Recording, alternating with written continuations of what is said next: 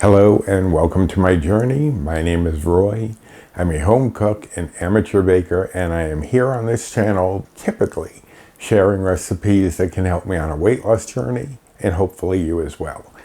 Now today is my weigh-in video. I did miss last week's and I will discuss why. But if you saw, I did a post here on the community page as well as in the Facebook group, the Recipes with Roy Facebook group, that I had gained back the 0.2 pounds that I had lost the previous week. I seem to keep doing that where I lose something and then I gain it back. As you know, for a while it was 2.5 pounds. I kept going up and down. Now it was 0.2, so not bad. But how did I do this week? You'll have to stick around and find out. Now I do have a topic for today's video that we will discuss shortly. It is another one from Healthy. It's Mind Over Matter, winning the mental battle against weight loss self-sabotage. And if you're anything like me, I'm sure that will come in handy. But first, let's go over what has been going on since last we spoke. Now, as I said, last week I didn't do a video because I was not feeling well. I didn't even do a recipe video because I just was not feeling up to it at that point, and I don't even know what exactly had happened.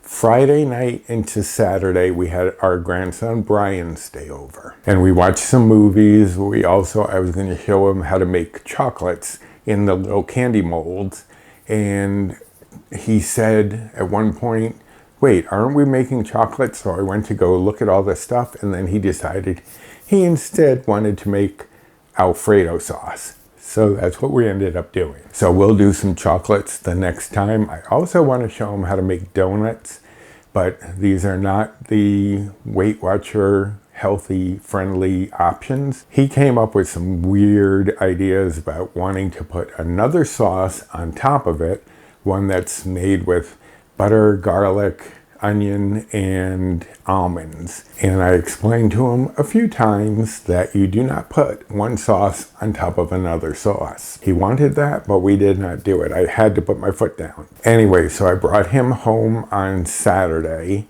and then the next day, Paul and I both woke up feeling crappy, like just run down and tired. Our throats felt a little weird, like not scratchy, but just like kind of cloggy almost. It was not a pleasant feeling. So I messaged Brian's parents to see how he was feeling. I didn't know if he had brought something over to us or if when he and I went shopping, we picked something up, but he was fine. So I don't know where we got this, but we both started feeling very off. So that Sunday was like, we were drained. I woke up the next morning and I couldn't speak. I'd try to speak and it'd be I guess it was kind of a form of laryngitis, but it didn't really feel like my throat. I don't know, it was weird. It was just weird. But anyways, I couldn't speak for like half of the day, and I think Paul was relieved that I couldn't speak. And then the other half, I was very croaky. In fact, I was croaky for a few days and just not feeling very well. So that's why I didn't get any videos out last week. But that was pretty much all that happened last week, was just trying to recuperate from what was happening. I watched some TV shows, caught up on Survivor and Amazing Race and other things. The Floor, I love The Floor. I actually even applied to be on The Floor. I don't think that I will make it because I would have trouble standing on the floor for that long. So unless they gave me a chair, a stool of some kind, I might have a little problem. It's a show where people face off on trivia, topics that they've chosen, that they're a specialty. Mine, I put down, you had to pick 5 options for what your category would be. My number 1 was drag queens. I think I could get anybody off the floor with my topic, but I don't think it's going to happen.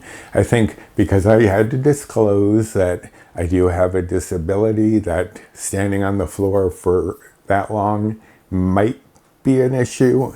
I don't think they'll take me, but I wanted to put in for it anyways, and I may do it again the next time it comes up. But that's pretty much all I did, was that and catch up on some YouTube videos.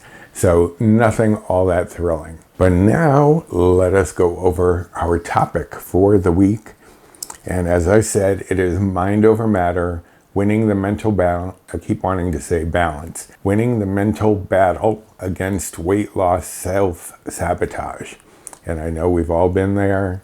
I know many of us come back and go with self-sabotage. So I think it's a topic that many of us can relate to. So I thought this might be a good one for us to go over. Now, I haven't read this email yet, so I'm hoping that it gives us some good information. We shall see. It says, if you've ever found yourself making great progress with weight loss only to suddenly fall back into old habits, you're not alone.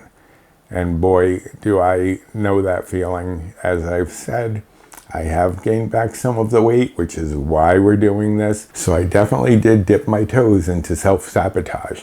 And it happened gradually. It happened, it'd be like, oh, I just picked up a pound and a half, and I'll get it off. And then a little bit more, and a little bit more. And I just kept thinking, I'll get it. But then I'm sabotaging myself when I'm eating, not in eating the food that I was making typically, but all those extras that I was having. The ice creams, the cookies, the treats that I shouldn't be having, especially in the amount I was having it. So I totally understand this. This frustrating cycle is often due to self-sabotage when we unconsciously act in ways that undermine our goals. But why do we do this? And how can we break free? That's the biggest thing, is how to get out of it. So first of all, why we self-sabotage? Fear of change. Even though weight loss is something you want, change can feel uncomfortable. Your brain prefers familiar habits, even if they don't serve you. So that familiarity just gives you comfort of some kind. So putting yourself back into bad habits is kind of like settling back into a chair that you're accustomed to, that knows your body. You've been trying to sit in another chair that feels stiff right now and doesn't feel comfortable. So even if it's just temporary, let me go sit in that old chair and enjoy the comfort, enjoy that it knows my body and it fits well. That's where I'm comfortable, rather than working to make this chair that I'm in, the new chair, make that feel comfortable, which does take a little time. Identity conflict. If you've always seen yourself as someone who struggles with weight, success can feel unfamiliar and even intimidating. And a lot of times, many of us do have that. I mean, I know I've said it since high school. I've always had trouble with my weight. So if that's how you're identifying yourself, then going outside of that is going to be, well, I'm not struggling. That's not part of my identity. So then the struggle comes back in. So sometimes just identifying yourself as someone who always has trouble keeping that weight off, you might be setting yourself up mentally to have trouble keeping the weight off. Perfectionism and all or nothing thinking. One slip up can make you feel like you've ruined your progress, leading to binge eating and quitting altogether. Now, I've been there, I've done that. I'm not doing it this time. This time I am continuing to try. And as long as you try, you're not going to fail. Even if you don't lose the weight, you are still trying. You're not just caving into those pressures or that self-sabotage. So even though you may not be losing weight or as much weight as you want, as long as you are trying, you are still winning. Emotional eating. If food has been a source of comfort, stress relief, or reward, you may turn to it automatically in tough moments. And many of us as kids, even now, I'm sure parents are doing it with their kids, where if you're good, we'll go get an ice cream. If you're good, you can have some cake. A lot of times we were rewarded with food, and that brings us comfort, it brings us some joy, it shows that we've done something well, so indulge. But it does have its limits. Self-worth issues. Deep down, you may feel you don't deserve success or happiness, leading you to subconsciously hold yourself back. And I know there have been times in my life that I have felt that way, where it's just like, all this work, it's not really going to amount to anything. I don't think this is worth all of this struggle. Believe me, it is worth it. Even if you only lose 10 pounds, that is going to be helpful to you in the long run, helpful to you as far as your health. Losing any bit of that extra weight can definitely be helpful. How to stop self-sabotage. Build awareness. Start noticing patterns. Do you overeat when stressed? Do you stop trying when you hit a certain weight? Recognizing these triggers is the first step. And I have mentioned this in other videos where I would be on a diet and then I'd reach my goal weight. Okay, I can stop. That's not the way it works. Once you stop, you go back into those old eating habits and the weight starts to come back on. So weight loss is not a destination, it is a journey. It is ongoing. You are constantly on it, especially if you've struggled throughout your life. If you haven't struggled throughout your life, then you may not understand, but if you do, then you totally get it. It's not a number on the scale, it's how you're feeling, how your body is reacting, how you are doing things better for yourself. Challenge your thoughts. When you catch yourself thinking, I messed up, so I might as well give up, reframe it. One setback doesn't erase my progress. I can get back on track now. So don't let little bumps on the road keep you from going forward, keep you from moving on with your journey. There are going to be bumps in the road. We're only human, that's what happens. But don't let it alter what you are doing for yourself. Embrace imperfection. Progress is never linear. Instead of expecting perfection, focus on consistency. A bad meal or a missed workout doesn't undo all your hard work.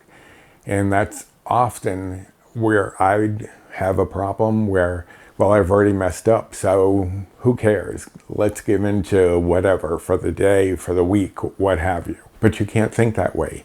You're imperfect, I'm imperfect, we are all imperfect. Nobody is perfect here at all. You're going to have bumps. Just go over them and keep moving forward. And find new coping mechanisms. If food is your comfort, try other ways to manage emotions. Journaling, meditation, talking to a friend or support group, physical activity, or engaging in a hobby. That's why a lot of times meetings are so helpful for people, especially in-person meetings, because you get that camaraderie, you get that, okay, I'm not alone in this. And that is helpful to many of us. But there are other ways if you want to just journal, if you want to just write about it, talk to a friend about it, what have you. But find something else, even if it's 5 minutes of meditation, just to do something for yourself. Help yourself to relax and give yourself some comfort that is not food related. Self-sabotage is common, but it doesn't have to control your journey. The key is to recognize the patterns, challenge them, and replace them with healthier habits. Every step forward, no matter how small, is still progress. Keep going. And that's what I have said many times, and I totally agree with that. It doesn't matter if they are small, little steps. As long as you're moving forward, that is progress. So then they do the weekly deep dive where they ask questions, and one of them is, what are some common triggers that lead people to sabotage their weight loss? And I think rather than people in general, just focusing on what sabotages you can be very helpful. It also asks what daily habits or mindset shifts can help you create long-term success and prevent self-sabotage. So even if you just take out a piece of paper, put it in a journal, what have you, but answer those questions, it helps to make them more concrete in your mind. It's not just some random thought. You are purposely choosing to write down and identify what is making you self-sabotage and what you can do to replace it. But that is the topic for this week. I hope that you found it helpful. And now let me switch over to my app for my scale. Some of you have asked what kind of app I'm using when I show this, and it is just the app for my scale. It's not like some diet tracking app or anything like that. This is just what I get from my Renfo scale. And I do have a link to that in my Amazon storefront if you want to get one. They're relatively inexpensive, and I love how much information you get on this. So what kind of information did I get this week? Well, I am down 2 pounds to 235.6. So I've broken out of that 2.5 pounds up and down. I lost twice in a row, gained back just a 0.2 pounds, and now I'm down 2. So I'm heading in the right direction. Have I been perfect? No, I have not. And I'm sure I won't be again this week. But I keep trying, I keep making modifications where I can, and tracking things so that I know where I am if I do happen to go over. So who knows what next week will bring, but I'm very happy that I've gone down again for another 2 pounds. But that's my weigh-in for the week. I hope that you found this interesting, and if you did, I'd appreciate the usual: like, subscribe, comment, share, and hit that notification bell for the next time I upload any sort of video. Also, don't forget to check out the description box for other information, such as my Amazon storefront. If you are looking for that scale that I'm using, it's down there. There is a link to my cookbook, which is also sold on Amazon, so you can check that out. I have my 2 stores, Fourth Wall and Zazzle store. If you can purchase an item and help support the channel, that does help. And there's my social media if you want to follow me over there. So don't forget to check out the description box for all sorts of information. All right, so now it is time for me to go and edit this video so I can get it out to you. And hopefully I'll see you again next week. So until then, bye.